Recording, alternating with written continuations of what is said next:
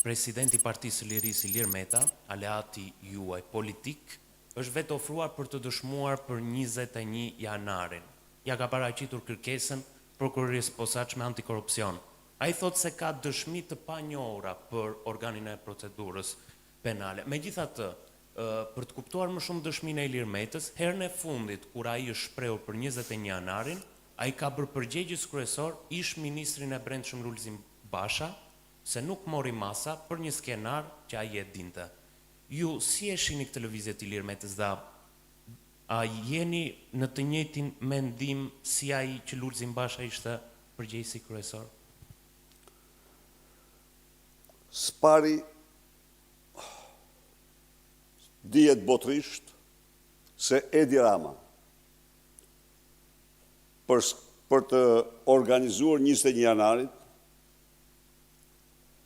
manipuloj dhe falsifikoj në bashkëpunim me Filip Çakullin një regjistrim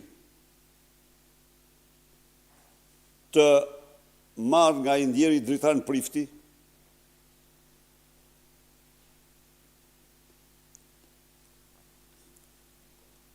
sipas të cilit Ilir Meta ishte paguar 700.000 euro nga një biznismen. Por Ilir Meta, nga datën 14 apo 15 janar, pra para 21 janarit, ka ardhur në zyrën time dhe më ka thënë, unë do jap dorëheqjen. Sepse unë në prokurori nuk shkoj si zëvendës kryeministër.